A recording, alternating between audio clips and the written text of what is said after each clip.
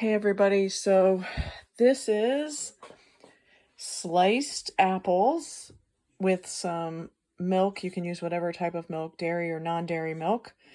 Some butter, vegan or regular butter, and cinnamon and sugar. I think I put a little bit of nutmeg in here, and some pecans, and I put it in the oven and I baked it, and it is going to be delicious. I know, because I've made this so many times before.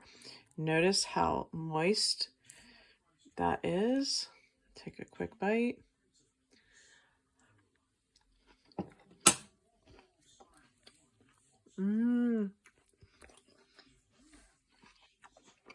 So good. So good, so good. A great little pick-me-up for a snack. You can add oatmeal to it. It stores well, travels well. You can have it cold, room temperature, or hot. I like it warm or hot. Have a good day.